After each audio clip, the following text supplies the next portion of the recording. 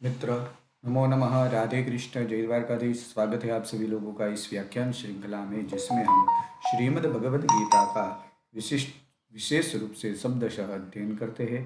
हमने पिछले व्याख्यान में श्रीमद् भगवद गीता के दूसरे अध्याय, जिनका नाम सांख्य योग है, इसी सांख्य योग वाले प्रकरण में दूसरे अध्याय में 1 से लेकर 5 तक के श्लोकों का शब्दशः अध्ययन कर लिया था। जिसमें हमने पिछले श्लोक में देखा था, पिछला श्लोक इस प्रकार से था। ओम गुरु न हत्वा हि महानुभावान् श्रेयो भोक्तुं भैक्ष्यमपीह लोके अथवा अर्थकामांस्तु गुरुनिहैव पुञ्जीय भोगान् रुधिर प्रदिक्तान्। ऐसे महान गुरु न हत्वा, ऐसे महानुभाव जो पूजनीय है, गुरुतुल्य है, ऐसे महानुभाव पूज्यों को न मारकर इस जगत में अगर मुझे भिक्षावृत्ति करके भी भोजन करना पड़े तो भी ये मेरे लिए श्रेयस्कर है, बहुत ही अच्छा है। भिक्षा मांगकर भोजन करना, खाना मेरे लिए अच्छा है, क्योंकि मैं गुरुतुल्य व्यक्तियों को भी गुरुतुल्य व्यक्तियों का हनन करना नहीं चाहता, क्योंकि इन गुरुजनों को मारकर इस संसार में रुधिर से सने हुए अर्थ और काम रूप भोगों को ही तो मैं भोगूंगा। अगर मैंने इस संसार में इन लोगों को मार दिया तो मैं रक्त से युक्त कहलाऊंगा। मैं उन गुरुजनों का, पितामह तुल्य व्यक्तियों का, पूजनीय व्यक्तियों का मारने वाला कहलाऊंगा, रुधिर से युक्त कहलाऊंगा। और रुधिर से युक्त कहकर कहने वाला अर्थ और काम रूप यह जो भोग है, राज्य है, सत्ता है, उनको ही भोगूंगा। अर्थात उनको मारने से भी केवल भोग ही मुझे प्राप्त होंगे और मुझे जो श्रेयस्कर है वह मुझे प्राप्त नहीं होगा। यही बात अर्जुन भगवान को कहते हैं। आगे के श्लोक में हम देखते हैं अर्जुन भगवान को किस तरह से दूसरी बात कहते हैं। यहाँ तक भगवान ने अर्जुन को जो बात बताई वह हमने देखी। आगे के श्लोक में भगवान के वचनों से ऐसी विलक्षणता है कि वे अर्जुन के भीतर अपना प्रभाव डालते जा रहे हैं।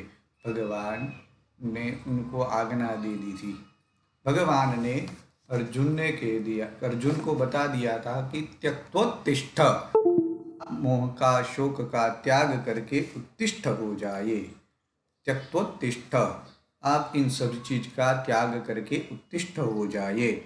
जिसको अर्जुन अपने युद्ध न करने के निर्णय में अधिक संदेह हो रहा था, ऐसी अवस्था को प्राप्त होकर अर्जुन कौन सी बात कहते हैं, आइए इस श्लोक में के माध्यम से हम सभी लोग देखते हैं। पहले हम श्लोक का गान करेंगे। ओम न चैतद्विदमः कतरन्नो गर्यो यद्वा जयेम यदि वा नो जयेयु याने वहत्वा न जिजीविषाम स्तेव स्थिता प्रमुखे धार्तराष्ट्रा।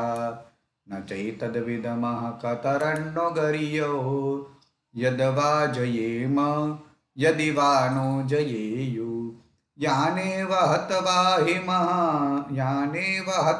न जिजीविषाम तेव स्थिता प्रमुखे धार्तराष्ट्रा।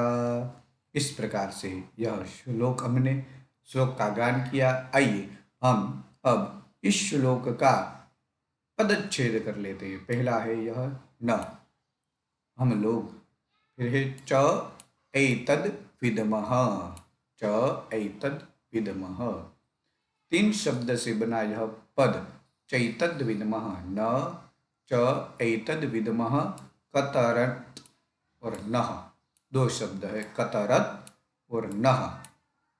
न च एतद विद्मः कतरत नः।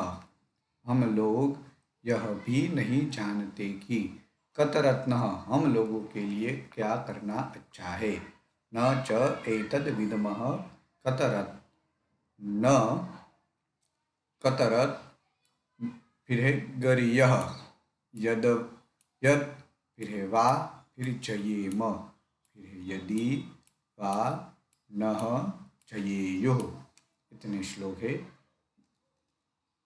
याने यान एव हत्वा न जिजीविषाम ते अवस्थिताः प्रमुखे धार्तराष्ट्राः। इतने पद यहाँ पर अच्छे रूप से इतने पद यहाँ पर दिए हुए हैं। आइए हम इस पद के एक एक पद का पदार्थोक्ति, इस एक एक पद का क्या अर्थ है वही हम देख लेते हैं। फिर यहाँ से एतद एतद च एतद च न विद्मः कतरत् एतच्च न विद्मः न कतरत्। एतद हम सभी लोग, हम भी, एतद च हम भी, न विद्मः नहीं जानते, हम लोग भी नहीं जानते, हम यह भी नहीं जानते। क्या नहीं जानते? नह नह कतरत दोनों में से कौन लोग, जो हमारे नह हम हमारे लिए, कतरत दोनों में से कौन सा, युद्ध न करना या युद्ध करना, यह कतर और कतम यह दोनों, कतरत हम दोनों में से कौन सा विकल्प सही है, युद्ध करे कि ना करे, यह हम लोग नहीं जानते। हमारे लिए क्या करना अच्छा है, हम लोगों के लिए युद्ध करना और न करना, इन दोनों में से कौन सा गरीय सर्वश्रेष्ठ है, अत्यंत श्रेष्ठ है, हम लोग यही नहीं जानते। देखिए यहाँ से एतद च न विद्मः, क्या न विद्मः, हम यह नहीं जानते। एतद हम च हम भी, यह न विद्मः नहीं जानते कि न हमारे लिए, कतरत दोनों में से, गरीय क्या श्रेष्ठ है, युद्ध करे कि ना करे, इन दोनों में से हमारे लिए कौन सी बात सर्वश्रेष्ठ है, यह हम नहीं जानते। यत और वा, यद वा, यत वा, अथवा हमें उन्हें, हम उन्हें, यद वा चयेम, हम उनको जीत लेंगे, हम इस युद्ध में उनको जीत लेंगे। यदि और यदि वा अगर, और वो लोग न हम लोगों को जयेयुः जीत लेंगे। यहाँ से यद वा जयेम, या तो फिर हम उन लोगों को जीत लेंगे, या यदि वा नह, अथवा तो नह हम लोगों को वही जीत लेंगे। या तो इस हम पूरे पूर्वार्ध का मतलब यही है कि हम लोग यह नहीं जानते कि हमारे लिए यह युद्ध करना अत्यंत श्रेष्ठ है या नहीं है, क्योंकि या तो वह हम लोगों को जीत लेंगे, या तो हम उन लोगों को मारकर जीत लेंगे, या वह लोग हमको मारकर युद्ध जीत लेंगे। हमारे लिए दोनों तरफ से यही है कि हम युद्ध करें कि ना करें, हमारे लिए यह प्रश्नार्थ है, हम जानते ही नहीं है। क्यों नहीं जानते? यान हत्वा, यान एव हत्वा, यान यहाँ से यान हत्वा, जिनको मारकर हम न जिजीविषाम, जीना भी नहीं चाहते। यान हत्वा, जिनको हत्वा मारकर, न जिजीविषाम, जिनको मारकर हम जीना भी नहीं चाहते। ते वे ही एव वे ही धार्तराष्ट्राः, धृतराष्ट्र के जो पुत्र है, संबंधी है, दुर्योधन आदि, प्रमुखे हमारे सामने अवस्थिताः, जो हमारे सामने खड़े हैं, हमारे सम्मुख खड़े हैं। आइए यह इस प्रकार से अर्थ हुआ। एतद हम लोग, च भी, न विद्मः हम यह नहीं जानते कि हमारे लिए, न हमारे लिए, कतरत दोनों में से कौन सा विकल्प युद्ध करे या न करे, दोनों में से कौन सा विकल्प गरी यह सर्वश्रेष्ठ है, अत्यंत श्रेष्ठ है। क्योंकि यद वा, क्योंकि हम लोग इस युद्ध को यद वा जयेम, हम जीतेंगे, यदि वा जीतेंगी, या वे सभी लोग न हम लोगों को जीतेंगे, या तो वो हम युद्ध जीत जाएंगे या तो वो लोग हमको मारकर वो लोग युद्ध जीत जाएंगे।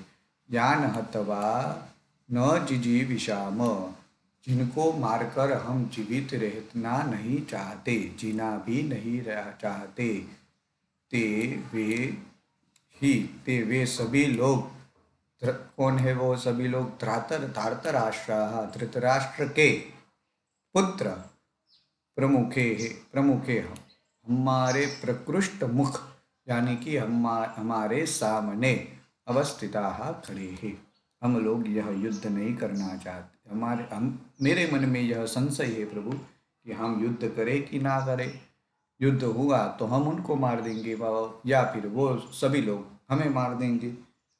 तो हम इनको मारकर जीना नहीं चाहते। जो हमारे धृतराष्ट्र यानी धृतराष्ट्र के पुत्र है, हमारे संबंधी बंधुगण है, उनको हम मारकर जीवित रहना भी नहीं चाहते। और क्यों? क्योंकि धृतराष्ट्र के पुत्र हमारे बंधुगण ही हमारे सामने खड़े हैं। इसलिए यहाँ से एक बार गीता प्रेस की ओर में जिस प्रकार से अर्थ दिया है उस प्रकार से देख लेते हैं। न हम लोग एतद यह च विदमः, नहीं जानते कि, न हमारे लिए कतरत गरीयः, क्या करना अच्छा है, कतरत क्या करना, गरीयः अच्छा है, पता नहीं इस युद्ध में हमारे लिए क्या करना अच्छा है। यदवा जयेम, या तो फिर हम जीतेंगे, यदि वा या वे, यदि वा न हमको जयेयु, जीतेंगे, या तो फिर हम यह युद्ध जीतेंगे या तो वे लोग हमको जीत लेंगे। ओहो, आश्चर्य की बात है। क्या आश्चर्य की बात है?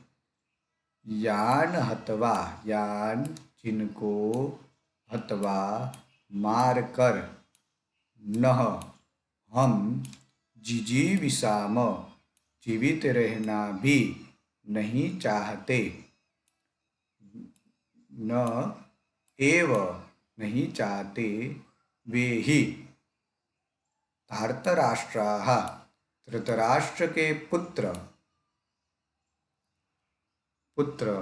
प्रमुखे हमारे सामने अवस्थिता खड़े हैं।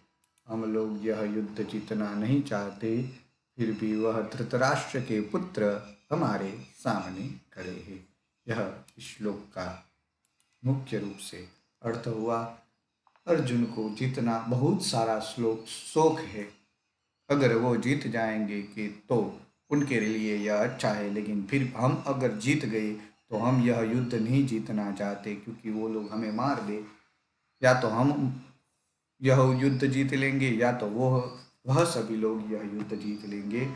हम लोग इनको मारना नहीं चाहते। आश्चर्य की बात है कि हम जिनको मारकर हम जीवित रहना भी नहीं चाहते, वे ही धृतराष्ट्र के पुत्र हमारे सम्मुख युद्ध करने के लिए खड़े हैं। यह बात अर्जुन भगवान को बताते हैं। अपने कर्तव्य का निर्णय करने में अपने को असमर्थ पाकर जब अर्जुन व्याकुलता पूर्वक भगवान से दूसरी तरह से प्रार्थना करते हैं। आइए भगवान से अर्जुन किस तरह से प्रार्थना करते हैं यह हम अगले श्लोक में देखते हैं।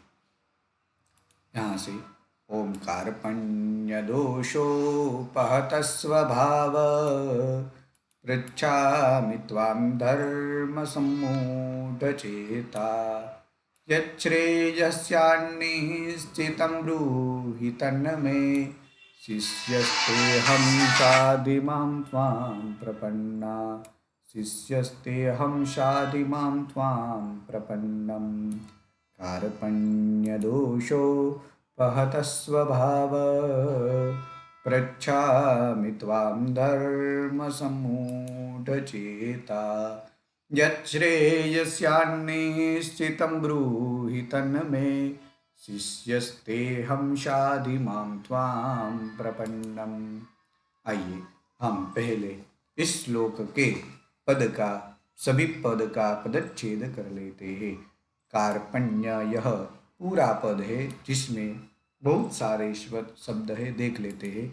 कार्पण्य यह पहला शब्द है। कार्पण्य कायरता रूप, दोष दोष से, उपहत कार्पण्य रूप दोष से उपहत नष्ट हुए, स्वभाव स्वभाव वाला, और फिर यहाँ पे है क्रिया पृच्छामि, हम पूछते हैं क्या, त्वाम किसको, तुमको, धर्म सम्मूढ़ चेता, धर्म सम्मूढ़ चेता, यह एक ही पद है और यहाँ पर विशेष रूप से चेत शब्द के चेतम चेता, चेतस शब्द बुद्धि के लिए यहाँ प्रयुक्त हुआ है। चेतस शब्द बुद्धि के विषय में, धर्म के विषय में मोहित हुआ जिनका अंतकरण, अंतकरण यानी जिनकी बुद्धि, ऐसा करण वाला, बुद्धि से युक्त जो करण है, बुद्धि अंतःकरण वाला, बुद्धि में जो अंतःकरण वाली जो बुद्धि है, ऐसा व्यक्ति,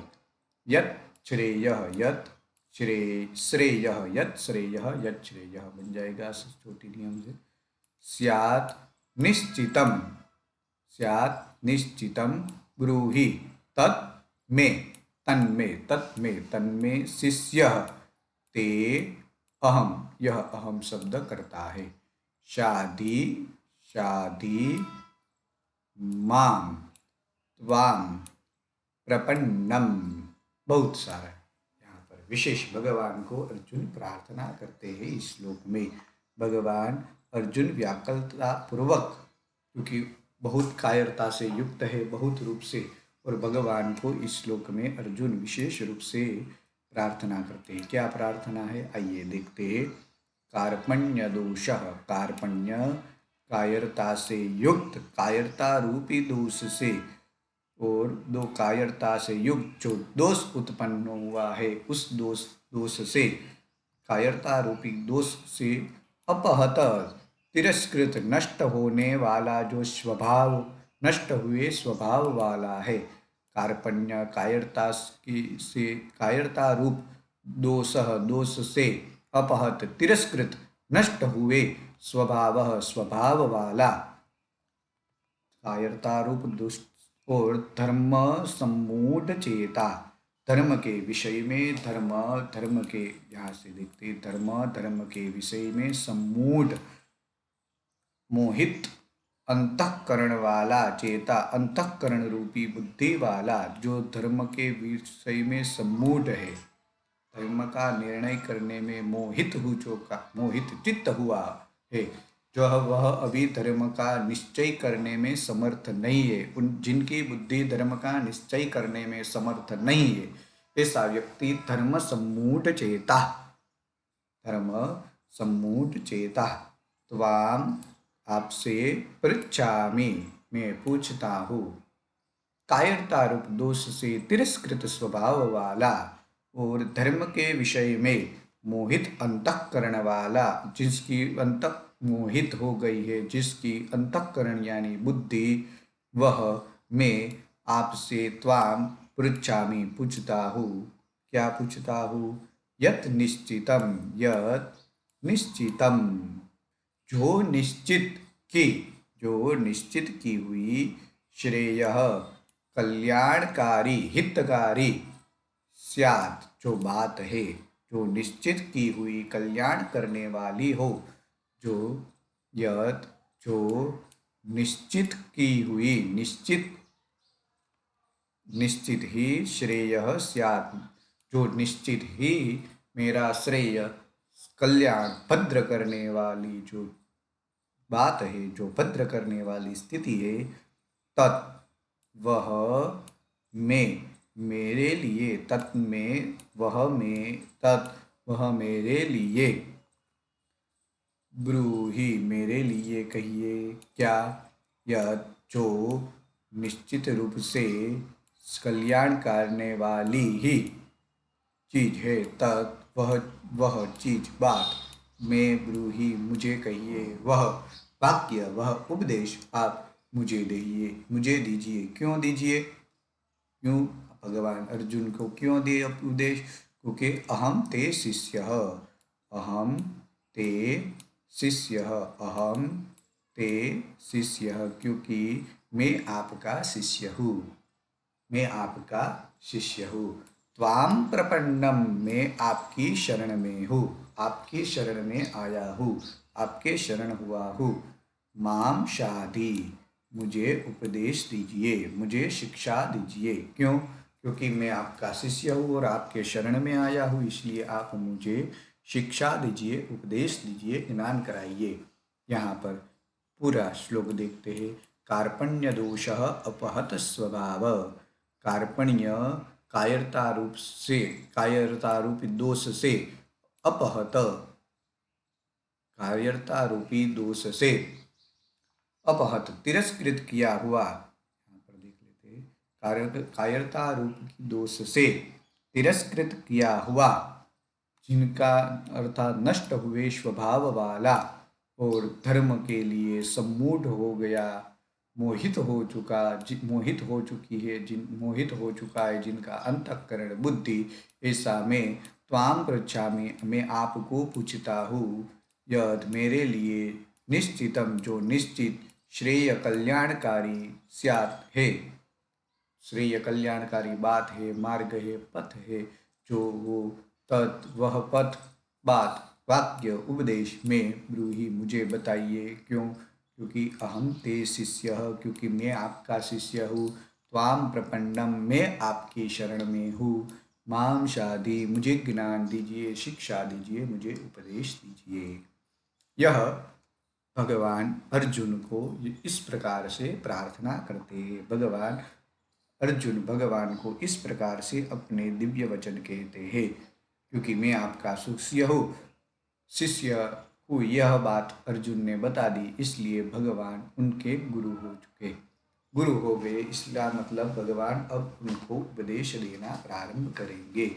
ओम त्वाम प्रपन्नम, भगवान, जो भी व्यक्ति भगवान की शरण में जाता है वह भगवान उनका श्रेय करेंगे, भद्र करेंगे। यहाँ पर श्रेय शब्द इसलिए कहा गया है कि मेरे लिए जो श्रेष्ठ है, मेरे लिए जो चिंतनीय है, मेरे लिए जो हितकर है, वही चीज, वही पथ, वही मार्ग, वही वाक्य आप मुझे बताइए। क्यों? क्योंकि मैं आपका शिष्य हूँ, मैं आपकी शरण में आया हूँ, इसलिए मेरे हितकर जो उपदेश है, ज्ञान है, वह आप मुझे बताइए, जिनसे मेरा उद्धार का उद्योग हो, स्वयं का, जिससे मेरा यह युद्ध करना श्रेयस्कर हो।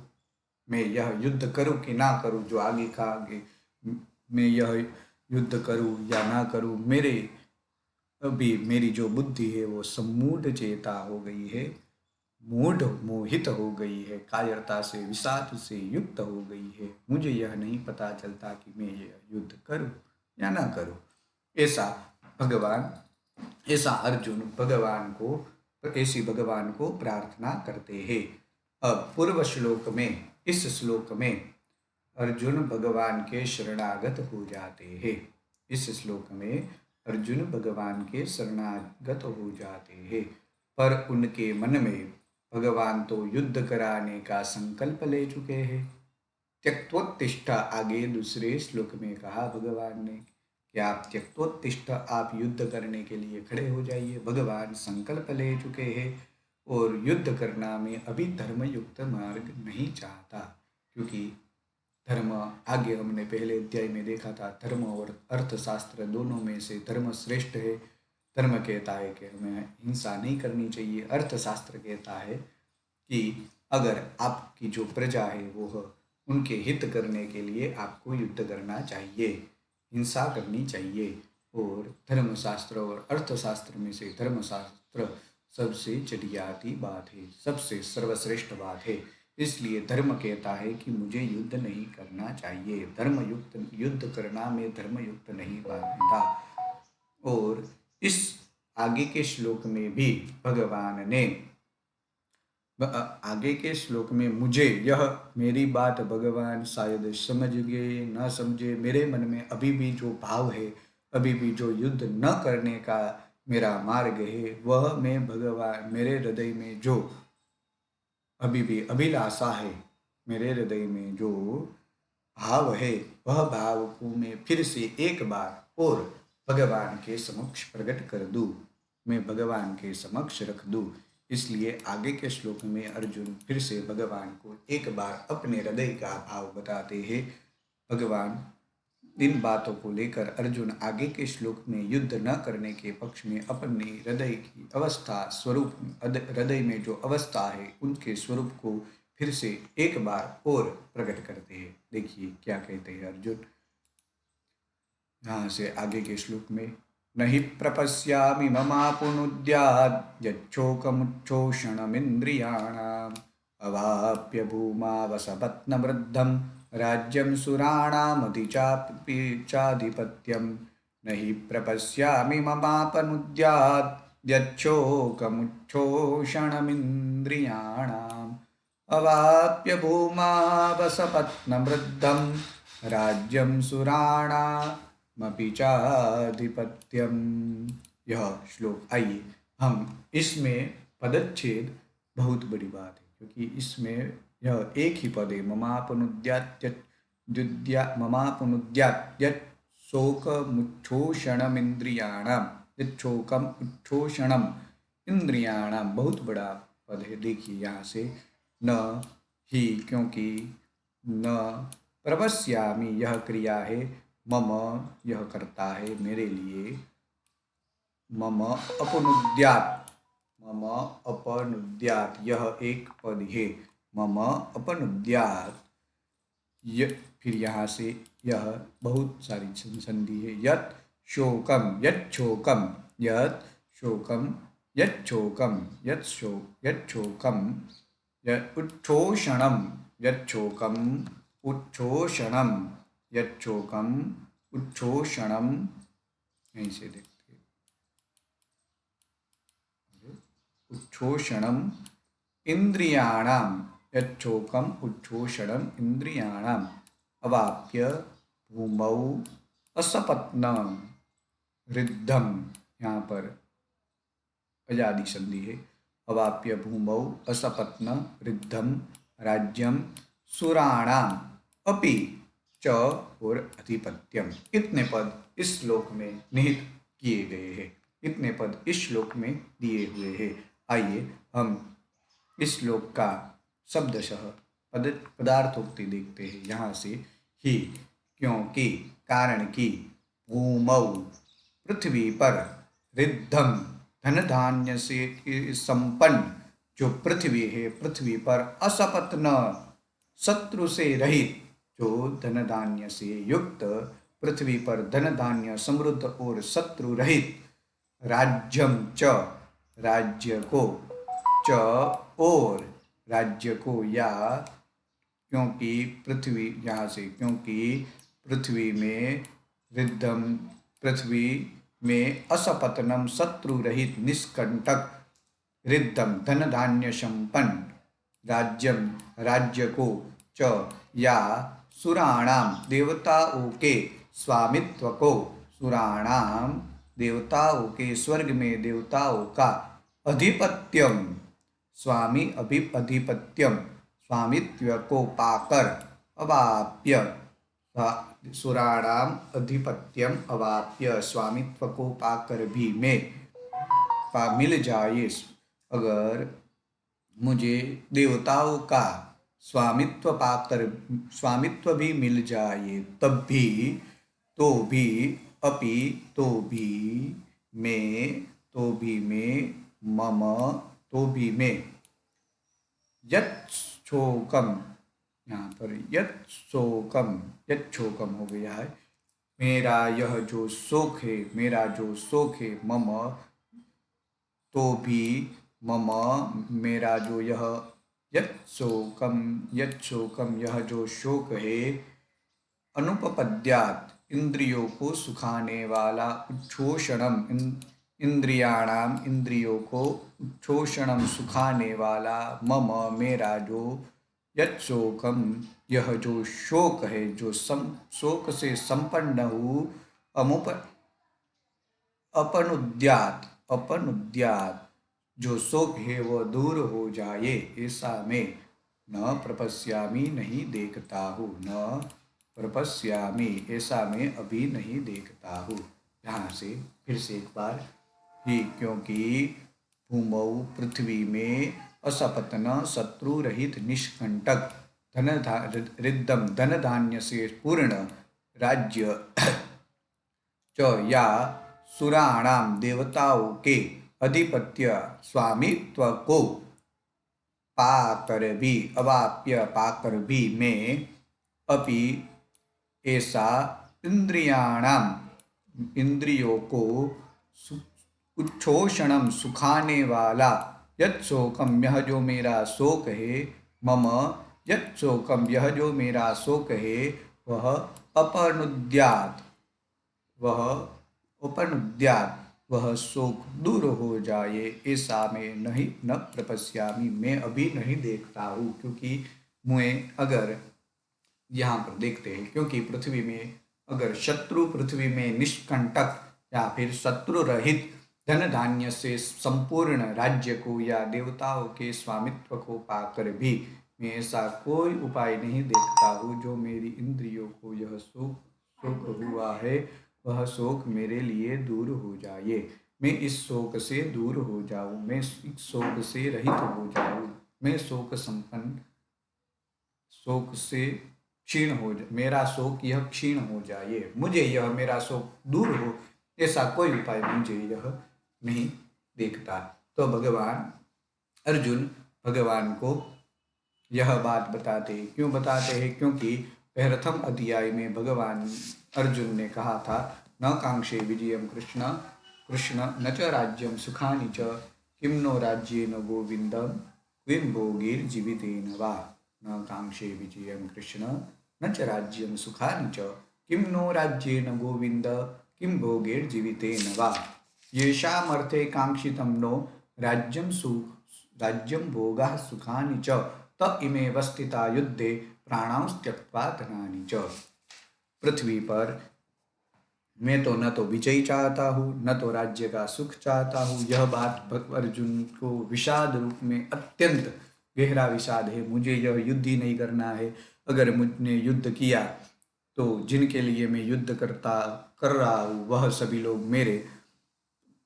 लोग प्राणांश त्यक्त्वा धनानि च धन और प्राण को त्याग कर मेरे सामने खड़े हैं। वही बात अर्जुन फिर से एक बार भगवान को कहते हैं कि यह अगर युद्ध हुआ तो मैं इस धन धान्य से संपूर्ण राज्य शत्रु रहित जो राज्य है तथा देवताओं के स्वामित्व को पाकर भी मेरा यह शोक दूर नहीं हो सकता।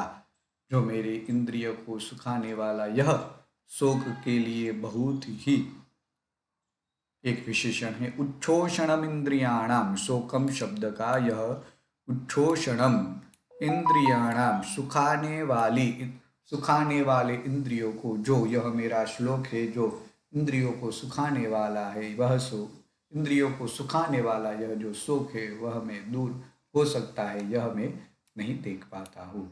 आगे के श्लोक में संजय उवाच। अब संजय 2 श्लोक में धृतराष्ट्र को अपनी बात कहते हैं। यहाँ पर अर्जुन और भगवान के बीच में जो संवाद हुआ उस संवाद में जो उपसंहार रूपी अब दोनों ने क्या बात की वह संजय धृतराष्ट्र को बताते हैं। प्राकृत पदार्थों के प्राप्त होने पर भी मेरा शोक दूर हो जाए यह मैं नहीं देखता। मुझे अगर धन धान्य से संपूर्ण राज्य या देवताओं का स्वामित्व मिल जाए तो भी मैं यह शोक मेरा दूर हो जाए यह मैं नहीं देखता। ऐसा कहने के बाद अर्जुन ने क्या किया इसका वर्णन संजय आगे इस श्लोक में बताते हैं। संजय कहते हैं संजय उवाच एवमुक्त्वा ऋषिकेशं गुडाकेशः परन्तप न योत्स्य इति गोविन्दम् उक्त्वा तूष्णीं बभूवः। एवमुक्त्वा ऋषिकेशं गुडाकेशः परन्तप न योत्स्य इति गोविंदम उक्त्वा तूष्णीं बभूवः। यहाँ से देखते हैं पदच्छेद पहले, एवं उक्त्वा ऋषिकेशं गुडाकेशः परन्तप न योत्स्य, यहाँ पे योत्स्य है लेकिन लोपः साकल्य से, पहले अजादि संधि होगी, अजादि संधि में यह है वह लोपः साकल्य से लोप हो जाएगा, इसलिए य के ऊपर जो रेप है वह आपको नहीं दिखाई देगी, क्योंकि आगे यह स्वर्ण वर्ण है। अच अर्थात जो स्वर्ण वर्ण के पहले अगर आगे यह एक मात्रा वाला एक ही मात्रे हो तो उनकी अयादि संधि होती है, और अयादि संधि होकर लोपः साकल्य से य का लोप हो जाता है। तो न योत्स्य इति गोविंदम उक्त्वा तूष्णीं बभूव, इतनी बात यहाँ पर है। तो संजय उवाच, संजय बोले, परंतप हे शत्रुतापन धृतराष्ट्र, एवं इस प्रकार से, ऐसा इस प्रकार से, उक्त्वा कहकर, इस प्रकार से कहकर, गुडाकेशः निद्रा को जीतने वाले अर्जुन, ऋषिकेशम अंतर्यामी गोविंदम भगवान गोविंद से, न योत्स्य मैं युद्ध नहीं करूँगा, इति ह, इति ऐसा ह, साफ साफ ऐसी प्रत्यक्ष रूप से, उक्तवा बात बताकर कि मैं युद्ध नहीं करूँगा, ऐसा प्रत्यक्ष बताकर, तूष्णीम यथा अर्थात मौन, बभूव मौन हो गए, तूष्णीम बभूव चुप हो गए, मौन हो गए, ऐसा कहकर अर्जुन मौन हो गए। यहाँ से परंतप हे शत्रुतापन धृतराष्ट्र, एवं इस प्रकार से, उक्त्वा इस प्रकार से कहकर, गुडाकेशः निद्रा को जिसने जीत लिया है ऐसा अर्जुन, ऋषिकेशम अंतर्यामी गोविंद भगवान नारायण को, न योत्स्य में युद्ध नहीं करूँगा, इति ऐसा साफ साफ ह कहकर, उक्त्वा कहकर, तूष्णीं बभूव अर्जुन चुप हो गए, साफ साफ बता दिया कि मैं अब युद्ध नहीं करूँगा। फिर आगे का श्लोक हम देख लेते हैं, व्याख्या है, थोड़ा सा ज़्यादा बड़ा ना हो जाए। अर्जुन ने यहाँ पर साफ साफ बता दिया कि मुझे अब युद्ध नहीं करना है, मैं युद्ध नहीं करना चाहता। फिर से थोड़ा सा श्लोक कट गया था, इसलिए यहाँ से फिर से देख लेते हैं। संजय उवाच, संजय कहे, एवं उक्त्वा ऋषिकेशं गुडाकेशः परन्तप न योत्स्य इति गोविंदम उक्त्वा तूष्णीं बभूवः। ये संजय कहते हैं, परंतप हे शत्रुतापन धृतराष्ट्र, एवं उक्त्वा इस प्रकार से, गुडाकेशः निद्रा विजयी अर्जुन, ऋषिकेशम अंतर्यामी गोविंदम भगवान श्री कृष्ण से, नारायण से, न योत्स्य मैं युद्ध नहीं करूँगा, इति ऐसा स्पष्ट रूप से, ह साफ साफ कहकर, उक्त्वा बताकर, तूष्णीं बभूव मौन हो गए।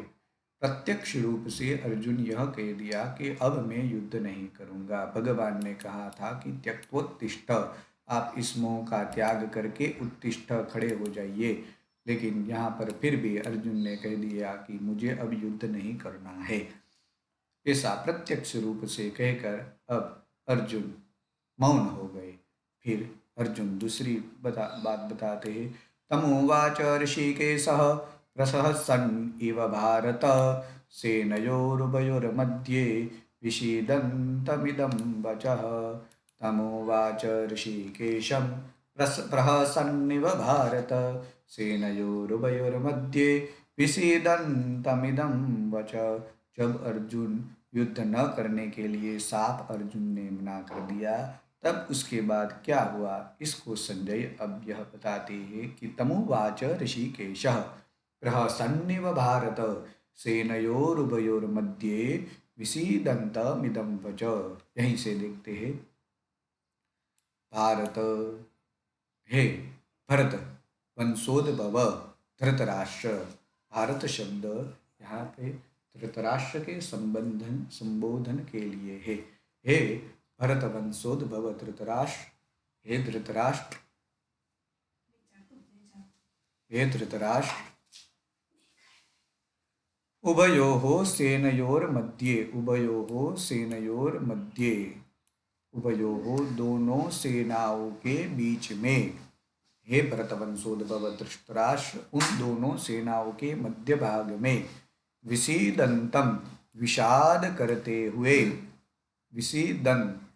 विषीदंतम विषाद करते हुए, तम उस अर्जुन के प्रति, प्रहसन हंसते हुए, उस अर्जुन से हंसते हुए, उस अर्जुन के प्रति हंसते हुए ऋषिकेशः, भगवान ऋषिकेश ने इदम वचः उवाच, इदम वचः उवाच, इस प्रकार से यह वचन कहने लगे, इस प्रकार से यह वचन कहने लगे। फिर से देखिए,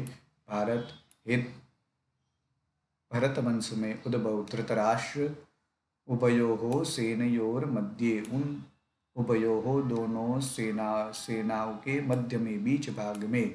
विषीदंतम विषाद करते हुए, बीच में शोक करते हुए, उस अर्जुन से, तम उस अर्जुन से, प्रहसन इव हंसते हुए, मुस्कुराकर, ऋषिकेशः भगवान नारायण ने इदम वचः उवाच, इदम वचः उवाच, यह इस प्रकार से यह वचन कहने लगे। कौन से वचन कहने लगे वह हम आगे के व्याख्यान में देखेंगे, लेकिन यहाँ पर गीता प्रेस गोरखपुर के अनुसार भी यह देख लेते हैं। भारत हे भरतवंश में उद्भव धृतराष्ट्र, उभयोः सेनयोर्मध्ये, इस तरह उभयोः दोनों सेनयोः सेनाओं के मध्य, बीच में। विषीदंतम शोक करते हुए, तम उस अर्जुन से, ऋषिकेशः भगवान श्री कृष्ण, प्रहसन्निव मुस्कुराकर, इदम यह वचः वचन, वाच कहने लगे। यह आज के इस श्लोक का सामान्य अर्थ हुआ। आज का व्याख्यान हम यहीं पर समाप्त करते हैं। आगे से यहाँ पर फिर से श्रीमद् भगवत पाद आद्य शंकराचार्य जी महाराज यहाँ से शांकर भाष्य फिर से प्रारंभ करेंगे, जो अंत तक रहेगा। तो हम इस व्याख्यान को यहीं समाप्त करते हैं। कल शांकर भाष्य में पहले अध्याय विषाद योग में जिस प्रकार से विषाद योग का वर्णन है, विषाद योग का भाष्य नहीं लिखा जाता, इसलिए विषाद योग का वर्णन भगवान आद्य शंकराचार्य जी महाराज ने अब तक क्यों भाष्य नहीं लिखा, यह सब बातें कहेंगे। और भगवान आद्य शंकराचार्य जी महाराज की कौन कौन सी विशेष बात है, उस विशेष बात को हम सभी लोग कल के व्याख्यान में देखेंगे। शायद एक या दो व्याख्यान और होंगे। फिर से हम 11 नंबर से श्लोक से प्रारंभ करके 15 नंबर तक के श्लोक का शांकर भाष्य के साथ अब अध्ययन करेंगे। यहाँ तक शांकर भाष्य में प्राप्त नहीं था, इससे आगे हमें शांकर भाष्य प्राप्त हो जाएगा। तो आप सभी लोग यहाँ पर इस व्याख्यान में जुड़े रहे, इसलिए आप सभी लोगों को हृदयपूर्वक आभार।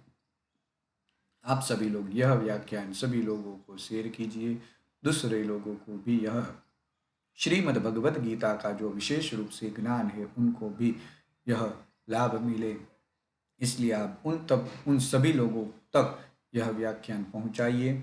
आप सभी लोगों को धन्यवाद। सभी लोग जुड़े रहे, इसलिए यहाँ पर सभी लोगों को धन्यवाद। नमो नमः। राधे कृष्ण। जय द्वारका।